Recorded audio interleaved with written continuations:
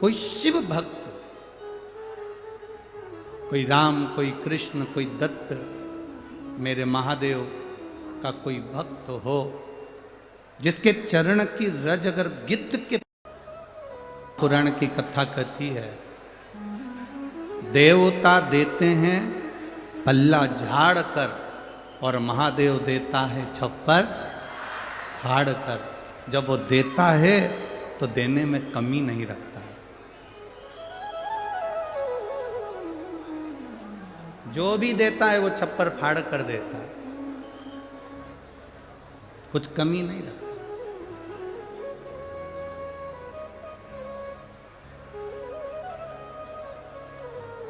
हाँ, हमारी परीक्षा जरूर लेता। परीक्षा किस चीज की? सब्र की।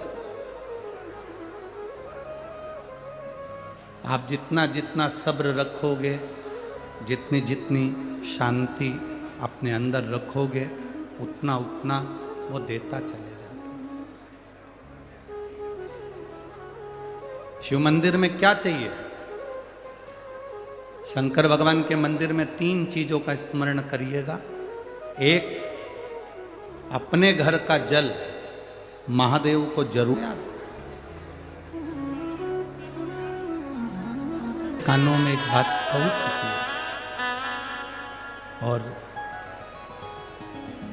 गिद्ध के कान में यह बात पहुंच गई कि अब मुझे एक बार शिव के चरणारविंद की रज मिले। शंकर भगवान के चरणों की रज मुझे प्राप्त हो।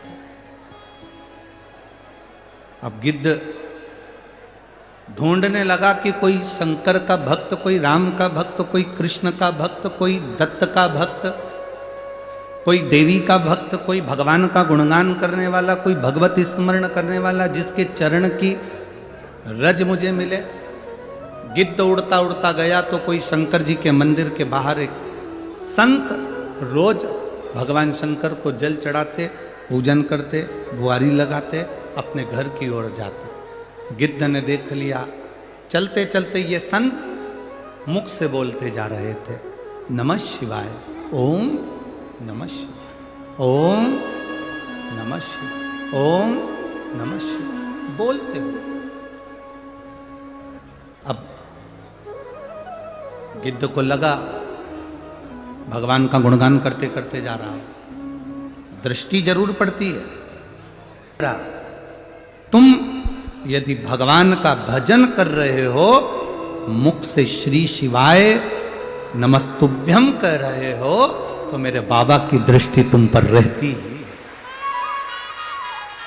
वो रहती है तुम पर जरूर। अब गिद्ध ने देखा कि यहां से संत जा रहे हैं तो उनके धूल में गिद्ध ने अपने पंख को लपेटा। अब वो रज में, धूल में, मिट्टी में पंख को लपेटा, पर पंख सोने के नहीं हुए। रोज प्रतिदिन शिव चर्चा कर कर, शंकर का जल चढ़ाकर, शंकर का गुणगान कर कर, शंकर की सेवा कर कर संत निकलते, उनके चरण की रज में पंख फैलाता, गिद्ध लोट लगाता, पर उसके पंख सोने के नहीं होते। उनके पंख सोने के नहीं। कई दिन निकल गए, सोने के पंख नहीं हुए। एक दिन पार्वती जी ने देवादिदेव महादेव से पूछ लिया, बाबा आपसे एक निवेदन है स्वामी। शिव जी बोले, क्या? एक बात बताओ, ये गिद्ध मांस का भक्षण करने वाला, ये गिद्ध मांस के छीतड़े छीतड़े करने वाला, ये रोज जमीन पर लोट क्यों लगाता है? शिव जी ने कहा, किसी संत के मुख से सुन लिया था कि जो शंकर का भक्त निकल कर जाता है, उसके चरण की रज पंख में लग जाती है तो पंख सोने के हो जाते हैं। तो पार्वती जी ने कहा, संत ने कहा तो आप ही की तो वाणी है, फिर इसके पंख सोने के क्यों नहीं होते? इसके पंख सोने के क्यों नहीं हो रहे? शंकर भगवान ने कहा इसके पंख सोने के तो हो जाएंगे, पर इसने जिंदगी में जितना जितना पाप करा है, जब तक वो पाप कटेगा नहीं तब तक पंख सोने का होगा नहीं। पहले पाप तो कटे। शिव पक्षी रोज लोट लगा रहा, जिसका काम नहीं होता वो दूसरे दिन से शंकर जी के मंदिर में जल चढ़ाना छोड़ देता। एक बार अगर भगवान ने नहीं सुना तो वो दूसरे दिन से मंदिर में जाना छोड़ देता। एक पत्र में पार्वती जी ने शिव जी से कहा, कब सोने के होंगे? एक संत की वाणी, गुरु की वाणी क्या झूठी हो गई? संत की वाणी, गुरु की वाणी क्या झूठी हो सकती है?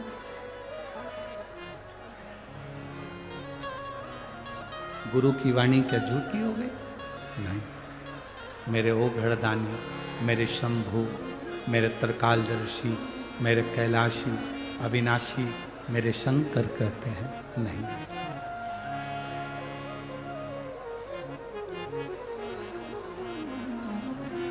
संत गुरु की वाणी कभी मैं झूठी नहीं होने देता। अगर गुरु ने अपने शब्द में शंकर के गुणगान में जो कह दिया, शिव कहते हैं फिर उसको पूरे करने की जवाबदारी स्वयं मेरी हो जाती है। उसको पूरा मैं करता हूं, फिर जवाबदारी मेरी है कि मैं पूर्ण करूं उसको। तो फिर सोने के पंख क्यों नहीं? इसके पाप कटेंगे। खूब मांस का भक्षण करा, खूब दुनिया को परेशान करा, जब तक इसके पाप नहीं कटेंगे तब तक इसके पंख सोने के नहीं होंगे। और आया समय, आज एक बार वो लोट लगा रहा था और लोट लगाते लगाते उसके पंख गिद्ध के, जो कई साल हो गए सोने के नहीं हुए, आखिरी में गिद्ध के पंख एक दिन सोने के हो ही गए। गिद्ध के, अब गिद्ध के पंख सोने के हुए। गिद्ध ने अपने परिवार वालों से कहा, चलो तुम भी अपने पंख को सोने का कर लो। परिवार वालों ने लोट लगाई और पंख सोने के हो गए। तो पार्वती जी के मन में एक प्रश्न जागृत हो गया। माता पार्वती जी ने कहा, गिद्ध को पंख सोने में करने में 1 साल लग गया और इन परिवार वालों को तो 1 दिन में सोने के पंख हो गए। शंकर भगवान बोले, पार्वती, ए उमा, ए गोरा, ये गिद्ध संत गुरु शंकर के भक्त के चरण की रज लगाकर अपने घर आता था। घर आता था तो उसके बच्चे उससे चिपकते थे। उसके पंख की रज उसकी पत्नी को भी लगती थी। उसके पंख की रज पूरे घर में गिरती थी। तो घर में जितने रहते थे उनके पाप अपने आप कट जाते थे, अपने आप कट जाते। जब अपने आप पंख की रज से पाप कटे, पाप कटते से ही, जैसे इसके 1 साल में पाप कटे, उनके भी 1 साल में पाप कटे और उनके पंख सोने के, स्वर्ण के।